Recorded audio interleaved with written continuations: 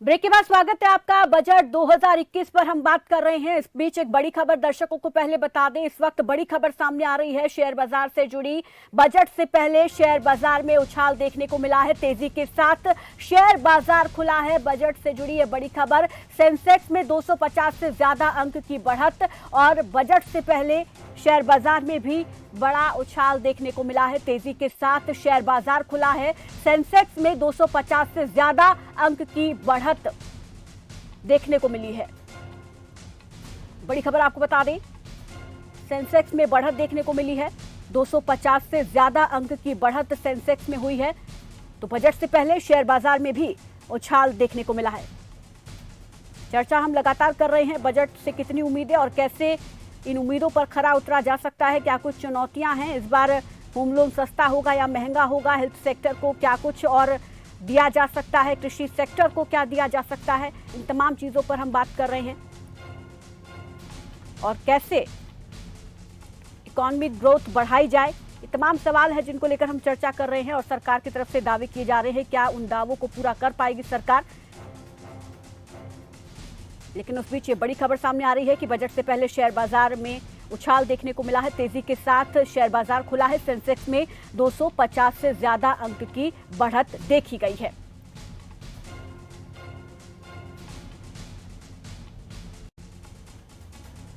चलिए चर्चा को आगे बढ़ाते हैं और इस चर्चा में हमारे साथ अब यतेंद्र वार्षण ने व्यापारी भी जुड़ गए हैं, उनका भी स्वागत करते हैं। और यतेंद्र जी, आपका भी पहला रिएक्शन बजट को लेकर हम जानना चाहेंगे, क्या उम्मीदें हैं? धन्यवाद प्रीति जी। सर्वप्रथम मैं आपको आपके इस कार्यक्रम की सफलता की बधाई देना चाहूंगा और निश्चित ही बजट आशातीत सफल होगा, ऐसा मेरा विश्वास है। अच्छा बजट आएगा छोटे व्यापारी के लिए। और मेरी सरकार ये है कि लघु उद्यम और कृषि छोटे छोटे जो उद्योगपति लोग हैं उनका विशेष ध्यान रखा जाए तो निश्चित ही ये देश हित में होगा। जी, व्यापारियों को कुछ खास उम्मीदें इससे उनके लिए? निश्चित है, की बात ही पहले भी बजट अच्छा है के लिए और उसका देश की वित्तीय स्थिति सुधरी है और निश्चित ही व्यापारियों को उम्मीद है कि देश में अच्छा बजट इस बार सरकार पेश करेगी। जी जी, यहाँ पर शंभू बत्रा जी, जिस तरीके से विवेक सिंह जी कह रहे थे कि 11% की ग्रोथ अचीव करना कोई बहुत बड़ी बात नहीं है, इसको अचीव किया जा सकता है, आप कितने सहमत है इससे? देखिए, अचीव केवल आंकड़ों में या हवा में तो हम नहीं कर सकते। हमारे पास एक ग्राउंड तो होना चाहिए ना कि आप काम कहाँ करेंगे। ग्रोथ अचीवमेंट तब करेंगे जब कि मार्केट की लिक्विडिटी बढ़ाएंगे, सरकार इन्वेस्टमेंट बढ़ाएगी। आप देखिए कि पिछले साल सरकार ने टारगेट किया था कि हम इंफ्रास्ट्रक्चर सेक्टर में सरकार को 1 लाख करोड़ निवेश की आवश्यकता है। तो क्या आप पीपी मॉडल से पैसा जुटा पाए क्या? साल भर में नहीं जुटा पाए। आपका इंफ्रास्ट्रक्चर का काम वही का वही रुका हुआ है। रियल एस्टेट सेक्टर को देखिए कि पिछले 5-7 साल से रियल एस्टेट सेक्टर में परेशानी है, लेकिन इसके बावजूद भी रियल एस्टेट सेक्टर को सहूलियत नहीं दी गई है। जो आपका रूरल इकोनॉमी है, ग्रामीण इंफ्रास्ट्रक्चर है, तो ग्रामीण इंफ्रास्ट्रक्चर पे आप कितना खर्च कर रहे हैं? मेन जो है कि जब इकोनॉमी को आप आगे तब ले जाएंगे जबकि सरकार का एक्सपेंडिचर बढ़ेगा। और सरकार तो लगातार कोशिश ये कर रही है कि पब्लिक की पॉकेट से कैसे पैसे लिए जाए। तो खर्च करने के नाम पे तो खर्च का कट चलता रहता है। अभी हमारे भाई साहब बात कर रहे थे कि रिजर्व जो फॉरेन रिजर्व है वो बढ़ा है। वो क्यों बढ़ा है? इसलिए बढ़ा कि आप खर्च कम कर रहे हैं। आप जो कंट्री को के लेवल पे खर्च करना है वो खर्च कम कर रहे हैं। कोई भी इकोनॉमी तभी आगे बढ़ेगी, तभी इकोनॉमी खुलेगा जब गवर्नमेंट या फिर पब्लिक अधिक से अधिक खर्च करेगी। और सरकार के नीतियों से लगातार पब्लिक के पॉकेट के पैसे कम हो रहे हैं, लोगों को की सैलरी कम कट हो रही है, इंडस्ट्री के पास ग्रो करने का कोई मौका नहीं है। आप देखिए 2 लाख से ज्यादा इंडस्ट्री बंद हो चुकी है, छोटे छोटे जितने भी लघु उद्योग थे। मैं कोई निगेटिव बात नहीं कर रहा, जो सिचुएशन कंट्री की है उस कंट्री को देखते हुए बात कर रहा हूँ। हवा में खाली उड़ना कि हम 1 लाख करोड़ ये कर देंगे, 5 लाख करोड़ ये कर देंगे। अभी आप बताइए कि कोरोना के टाइम में 20 लाख करोड़ का पैकेज अनाउंस किया गया था। ये 20 लाख करोड़ खर्च किए गए कहीं पे क्या? उसमें केवल 3 लाख करोड़ था जो कि सरकार वाजिब में लोगों को सहायता दे रही थी। बाकी 17 लाख करोड़ खाली योजनाएं थी कि ऐसा कर देंगे तो ये हो जाएगा, ऐसा कर देंगे तो ये हो जाएगा, ऐसा कर देंगे तो ये हो जाएगा। आप एग्रीकल्चर इंफ्रास्ट्रक्चर के लिए कितनी बड़ी घोषणा की गई थी उस 20 लाख करोड़ के पैकेज में? कोई एक माल गोदाम, कोई गोदाम बनता हुआ दिखाई दिया तो किसी गांव में, किसी शहर में, किसी राज्य में? तो केवल इम्प्लीमेंट घोषणाएं कर देना तो बहुत अच्छी बात है, लेकिन उस घोषणा का जो इम्प्लीमेंटेशन पार्ट है वो इस गवर्नमेंट में लगातार कमजोर रही है। आप 14 से देखेंगे तो मैं गिना सकता हूँ, स्मार्ट इंडिया है, डिजिटल इंडिया है, मुद्रा योजना है, स्मार्ट सिटी है, स्मार्ट विलेज है, बुलेट ट्रेन है। ये सारी घोषणाएं, 50 से ज्यादा घोषणाएं थी सरकार की, लेकिन वो ग्राउंड पे कहीं नहीं है। इन योजनाओं पे अगर खर्च किए गए होते तो भारत की इकोनॉमी माइनस में जाती ही नहीं, कोरोना के बाद भी नहीं जाती। तो इसका मतलब ये होता है कि बजट दर बजट 2015 से आप गौर करिए 2020 तक में एक भी साल के बजट का टारगेट आऊंगी पूरा विवेक जी, नहीं आपके हुआ पास है। आऊंगी, जी। तो मेरा सिर्फ ये कहना है कि आप घोषणाओं के बल पे कंट्री को आप बड़े बड़े सपने तो दिखा सकते हैं, लेकिन जो ग्राउंड रियलिटी है इकोनॉमी को, उससे आप भाग नहीं सकते। और उसमें जो मेहनत इकोनॉमी, जो इकोनॉमी आपका मेहनत में है, वो अचानक से वित्त वर्ष बदल जाने से पॉजिटिव नहीं होने वाला है। उसमें धीरे धीरे हम ग्रो करेंगे। 5% का अचीवमेंट, 4% का अचीवमेंट, 6% का अचीवमेंट रखेंगे तो शायद आप अचीव भी कर लेंगे। लेकिन अगर आप अचीवमेंट सीधे हवा में रखेंगे, हम 11% कर लेंगे, ये कर लेंगे, वो मुझे अतिशयोक्ति लगता है। आपके तर्क जो है उसके हिसाब से अचीव करना मुश्किल है। गुरजीत मान सिंह जी, कितना सहमत है, कितना इत्तेफाक रखते हैं? और जब राहत पैकेज कोरोना काल के दौरान दिया गया था तो कृषि सेक्टर के लिए भी उसमें ऐलान किया गया था, कितना मिल पाया, कितना फायदा हुआ उसका? उन्होंने बात की है वो दूध का दूध, पानी का पानी किया है। हमारे यहाँ साथ में इकोनॉमिक एक्सपर्ट भी हैं, नो डाउट वो हमसे ज्यादा जानते हैं इन बातों के बारे में, लेकिन हम कम से कम जमीनी स्तर पर उनसे बेहतर जानते हैं। यह मैं कहना चाहूंगा कि जो भी सरकार ने कहा हमने ये किया, वो किया या ये करेंगे, वो कहीं धरती पर तो नहीं पहुंचा। किताबों में, बजट के में, ऑडिट्स में जरूर वो रहा होगा। इसलिए सरकार की मेरी समझ में क्रेडिबिलिटी इस टाइम बहुत नीचे जा रही है, और घोषणाओं से ही क्रेडिबिलिटी बढ़ती होती तो वो बढ़ती रहती। अब समय आ गया है कि सरकार कम से कम ये समझे कि अपनी क्रेडिबिलिटी सुधारने के लिए ही बजट को बनाए, केवल आंकड़ों में उलझाए और बाद में एक नया बहाना दे, जैसे पिछले साल पेंडेमिक का था। और मैं पहले से ही बता रहा हूँ कि इस बार सरकार कहेगी कि किसानों के आंदोलन की वजह से जो हम अचीव करना चाह रहे थे वो नहीं हुआ, क्योंकि सरकार हमारी कुछ नैरेटिव पहले लिखती है, जैसे टेलीविजन सीरियल्स बनाते हैं कि अगले हफ्ते हमें क्या करना है। एक अच्छी सरकार को इस प्रकार की बहानेबाजी से बचना चाहिए।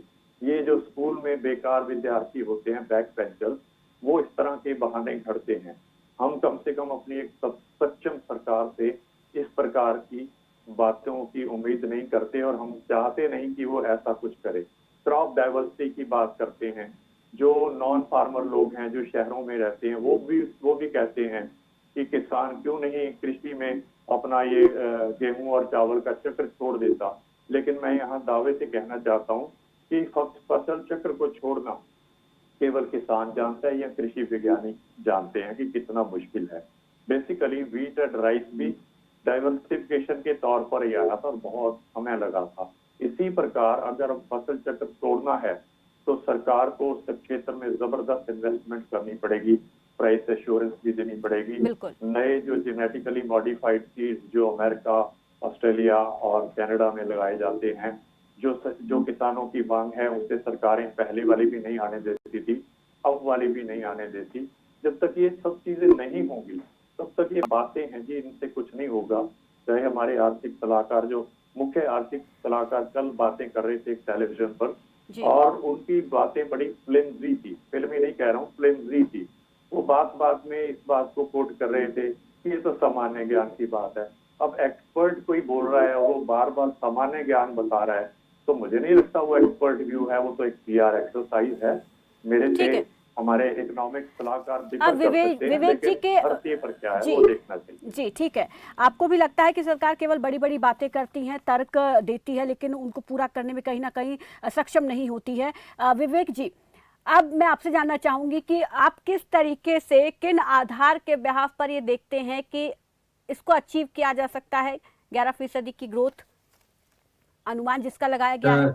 जी जी जी प्रीति जी, देखिए हमें एक बात समझना पड़ेगा। जी जो भी लोग बोल रहे थे, आप सबको समझना पड़ेगा कि यहाँ जो स्थिति है वो अलग है। जी हम सबको पता है कि कोविड-19 की वजह से सारी की सारी इकोनॉमिक एक्टिविटीज कम हुई हैं और बिल्कुल उसके पीछे एक रीजन है कि लोगों के पास पैसा नहीं था। जी आपके पास सही है, बेरोजगारी बढ़ी है, लोग बेरोजगार हुए हैं, बिल्कुल कटौती सैलरी में हुई है। जी तो इसका कारण ये है, देखिए जब हमारा लगभग 8 to 9% जो है डिमांड, जो खर्च है वो आम जनता का कम हो गया है, -7% -8% जो हमारी जीडीपी चली थी। जी अब देखिए इसको उतारने के लिए अगर मैं बात करूं, इनकम टैक्स का जो कलेक्शन है, सरकार को रेवेन्यू बढ़ाना पड़ेगा और इनकम टैक्स का जो कलेक्शन था वो सितंबर 2020 तक लगभग 22% कम था और जो कि दिसंबर तक जो है ना 9% का उसमें गैप, जो 22% था उसमें 9% आ गया है।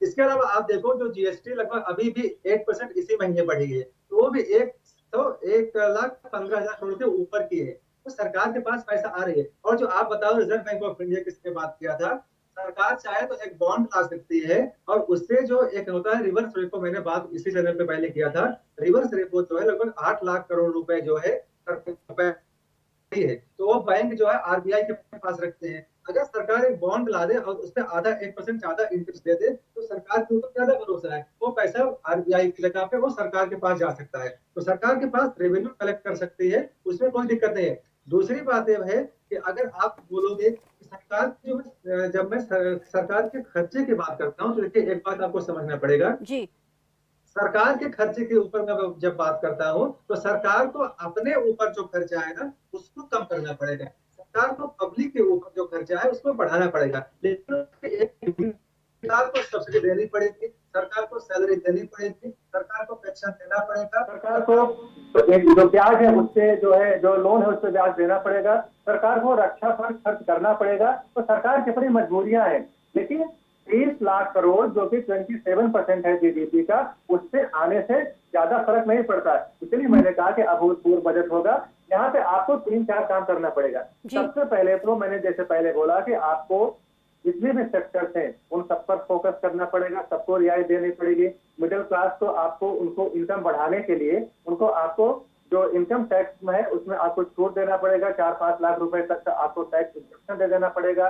किसानों के लिए आपको सोचना पड़ेगा और आपको रूरल इकोनॉमी जो है हमारी, जो हमारी रीढ़ है, रूरल इकोनॉमी पर आपको ज्यादा फोकस करना पड़ेगा। अभी देखिए 23.9% का कॉन्ट्रैक्शन हो गया था पहले तिमाही में, दूसरी तिमाही में 7 to 8% क्यों रह गई? इसके पीछे रीजन ये था कि सरकार ने गरीबों के पास पैसा पहुंचाया और वो पैसा गरीबों ने खर्च किया। मैंने कहा आप अगर मिडिल क्लास को पैसा पहुंचाओगे तो पैसा वो सेविंग भी कर सकते हैं, लेकिन जो गरीब है वो खर्च करता है। और यहाँ पे चाहिए डिमांड। देखिए सबसे बड़ा खेल एक ही चीज का है, डिमांड। बिल्कुल, मांग बिल्कुल कम है, मांग कैसे बढ़ेगी ये भी एक बड़ी चुनौती है कि कैसे पैसा पहुंचाया जाएगा लोगों के पास। सबसे फोकस करना पड़ेगा कि एम्प्लॉयमेंट पे, अगर लोगों को एम्प्लॉयमेंट, और खासकर आपके पास एमएसएमई सेक्टर है लगभग 7-8 लाख यूनिट है, उस पर आप फोकस करिए। एमएसएमई सेक्टर पे आप एग्रीकल्चर पे फोकस करिए, तो ही लोगों के इनकम बढ़ सकते हैं, जो कि बहुत ज्यादा लोग उधर हैं। तो आपको एमएसएमई पर सेक्टर पे फोकस करना पड़ेगा, आपको एग्रीकल्चर सेक्टर पे फोकस करना पड़ेगा, और आपको देखें जो मनरेगा वगैरह जो स्कीम्स है या रूरल गारंटी जो एम्प्लॉयमेंट स्कीम है वो उसको कम से कम 4 गुना बढ़ाना पड़ेगा। और सबसे बड़ी बात मैं एक बात बोलता हूँ कि यहाँ देश में इतनी बेरोजगारी है, बेरोजगारी देश में बहुत है, तो और सरकार के पास एक गोल्डन चांस है, एक कर सकती है कि जहाँ पे एक शिक्षक जहाँ पे 100 लोगों को पढ़ा रहा है वहाँ पे 2 शिक्षक क्यों नहीं हो सकते। डॉक्टर्स की कमी है, जजेस की कमी है, तो यहाँ पे सरकार को इस पर ध्यान देना पड़ेगा। अगर एक बार रोजगार मिल गया लोगों के पास, फिर इनकम हो जाएगी, इनकम हो जाएगी तो डिमांड बढ़ जाएगी, डिमांड बढ़ जाएगी तो इंडस्ट्रियल एक्टिविटीज अपने आप बढ़ जाएगी और जीडीपी अपने आप बढ़ जाएगी। और 11% का लक्ष्य कोई मुश्किल नहीं है, बहुत आसानी से हम उसको अचीव कर सकते हैं। देखिए अगर मैं वहीं खड़ा हूं और उछलता हूं तो कम दूर जाऊंगा, लेकिन मैं अगर दूर से दौड़ के गलताओं में ज्यादा दूर जाऊंगा। तो यही हाल है, अगर माइनस जीडीपी में है तो उससे हम 11% पॉजिटिव जीडीपी में, हम प्लस जीडीपी में हम जा सकते हैं आसानी। जी शंभू भद्रा जी, आपके मुताबिक मांग इकोनॉमी में कैसे बढ़ सकती है और क्या कुछ विकल्प हो सकते हैं सरकार के पास? देखिए, सरकार को 2-3 तो पहले कदम उठाना पड़ेगा, तभी डिमांड बढ़ सकती है। पहले तो जो सैलरी सरकारी एम्प्लॉय की कट हो रही है लगातार 1 साल से जी, वो सैलरी उनकी पूरी हो जाए और सैलरी उनको टाइम पे मिले सभी सेक्टर्स में। उसके बाद प्राइवेट सेक्टर में जो सैलरी कट हो रही है वो सैलरी सबकी मिले, यानी कि जो वर्किंग क्लास है उनको पैसा मिले। दूसरा है कि सरकार का जो इंफ्रास्ट्रक्चर है, इंफ्रास्ट्रक्चर में सरकार को अपना एक्सपेंडिचर बढ़ाना पड़ेगा, चाहे वो कोई भी ले लीजिए, रेल है, रोड है, आपका बिजली है, यानी ये सारे सेक्टर्स में आपको इंफ्रास्ट्रक्चर पे ह्यूज मनी आपको खर्च करना होगा ताकि आप मांग बढ़ा सके। दूसरा जो देखिए, इंफ्रास्ट्रक्चर में अनऑर्गेनाइज सेक्टर के जो एम्प्लॉय होते हैं, जो मजदूर होते हैं, उनको अधिक से अधिक काम मिलता है जब इस पे काम चल रहा होता है। तो दूसरा कि रियल एस्टेट सेक्टर है, उसके बाद रियल एस्टेट सेक्टर को आपको इंसेंटिव देना होगा ताकि अधिक से अधिक मकान बने और बिके और उसकी वजह से फिर अनऑर्गेनाइज सेक्टर को पैसा मिलेगा, उसके हाथ में पैसा जाएगा। उसके बाद जो डिमांड बढ़ाने का एक ऑप्शन है कि सरकारी जो योजनाएं हैं, खास करके मनरेगा जैसी योजनाएं हैं, इन योजनाओं को सुधार करके और इनको एसेट क्रिएशन में लगाया जाना चाहिए, जहां से कि सरकार खर्च करेगी तो शायद डिमांड बढ़ेगी। शंभू भद्रा जी, यहाँ पर रोकना चाहूंगी, दोबारा से मैं आपसे पूछूंगी कि विकल्प क्या रह सकते हैं जिससे कि सरकार और बेहतर इस बजट को कर सकती है। फिलहाल यहाँ पर एक छोटे से ब्रेक का वक्त हो गया है, ब्रेक के बाद फौरन लौटेंगे। देखते रहिए खबर फास्ट।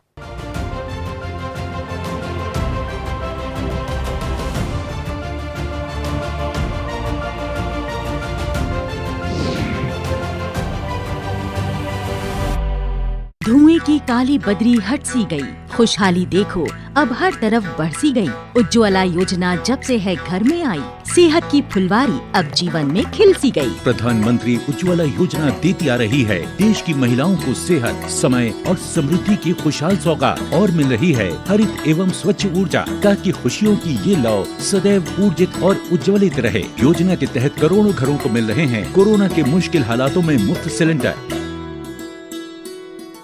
सेहत से जुड़ा हो कोई भी सवाल, विशेषज्ञ बताएंगे समाधान। कैसे रहें निरोग और स्वस्थ। आपका डॉक्टर अब नए समय पर, रोजाना दोपहर 1:55 पर, सिर्फ खबर फास्ट पर। Chinar Fabrics, a stylish and fashionable, a complete menswear. Chinar Fabric. लाखों किसानों का भरोसा असीस फीड। बाकी फीड बोलते नंबर 1 है, कुछ टाइम दूध भी बढ़ाते हैं, लेकिन पशुओं को देखो, बीमारी, कमजोरी।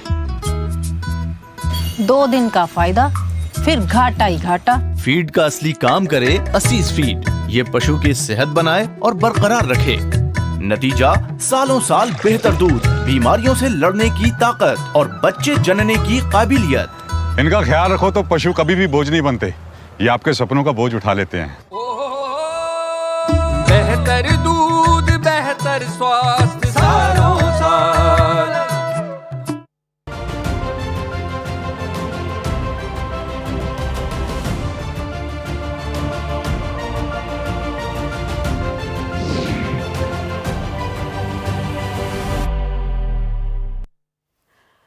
ब्रेक के बाद स्वागत है आपका। बजट को लेकर हम लगातार बात कर रहे हैं। कोरोना से पीड़ित आम आदमी को क्या बड़ी राहत मिलेगी, इंफ्रास्ट्रक्चर को किस तरीके से बूस्ट अप किया जाएगा, और साथ ही साथ यहाँ पर रोजगार के नए अवसर के लिए क्या कुछ बजट में खास होगा और क्या विकल्प हो सकते हैं, सुझाव हम जानने की कोशिश कर रहे हैं। प्री बजट चर्चा एक तरीके से हम यहाँ पर कर रहे हैं। 11 बजे बजट आएगा।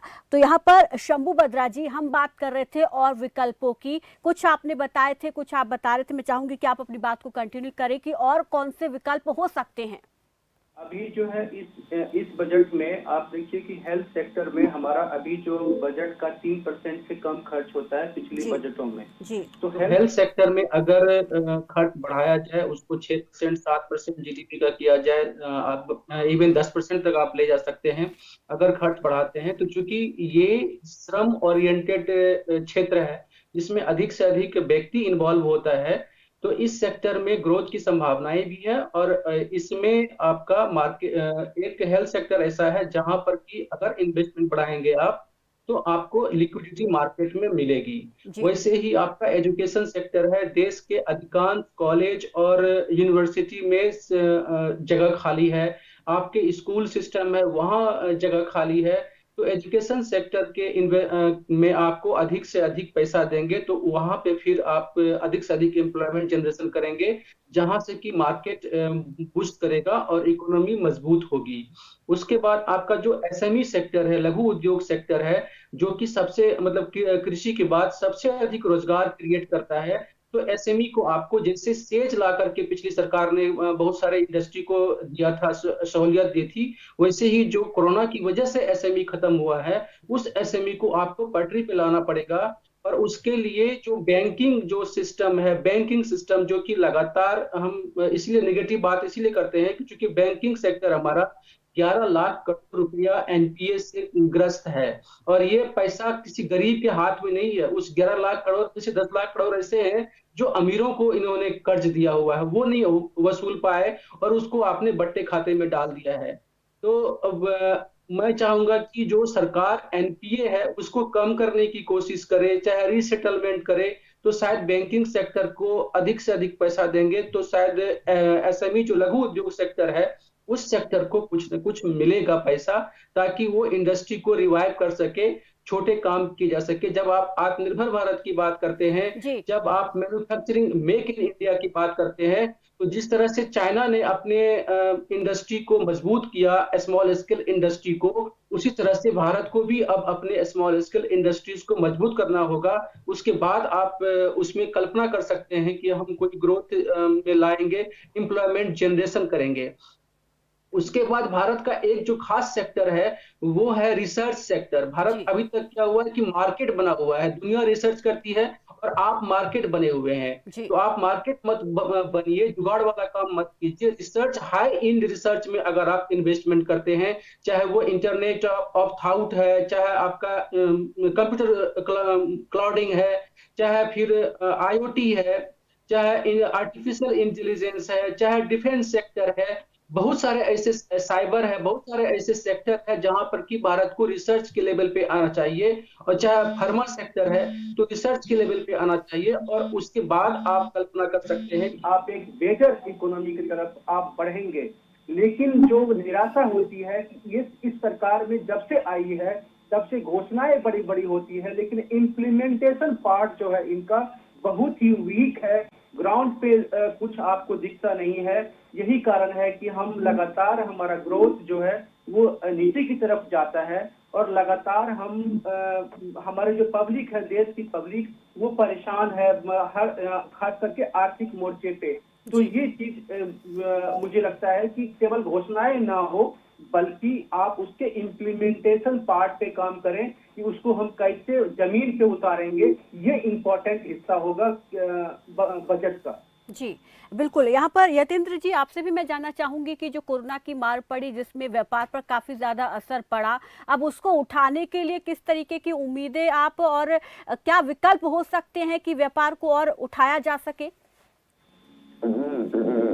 अभी समूह मंत्रालय ने जो कहा, मैं इस बात से बहुत इत्तेफाक करता हूँ। देश का दूसरा सेक्टर कृषि सेक्टर के बाद ये एमएसएमई और ये उद्योग सेक्टर है, और छोटी छोटी इंडस्ट्री को सहूलियत दी जाए, दिया जाए, अपनी पॉलिसीज में कुछ सरलता लाई जाए, आसान किया जाए, तो निश्चित ही ये जो कोरोना काल की परेशानी हम व्यापार नीचे डेफिनेटली आए हैं, क्योंकि कोरोना शहर बचाया है। जो कारीगर थे, छोटे वर्कर्स थे, तो जो हमारा घटा और किसी भी देश का उसकी लीड है, दो राय नहीं है, इससे एम्प्लॉय की बढ़ती है। अगर उद्यमी, छोटे उद्योगों को, घरेलू उद्योग को अगर ये सरकार कुछ राहत देगी तो निश्चित ही इकोनॉमी में फर्क पड़ेगा, ऐसा मेरा विश्वास है।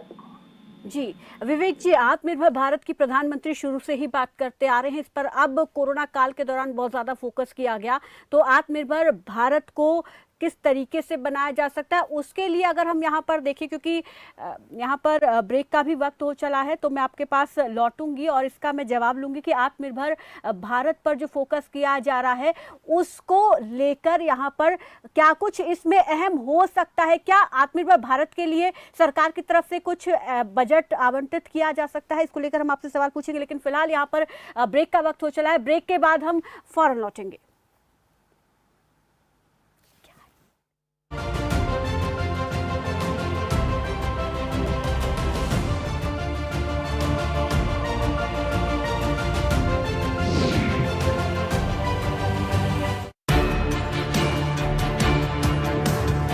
The Navy gives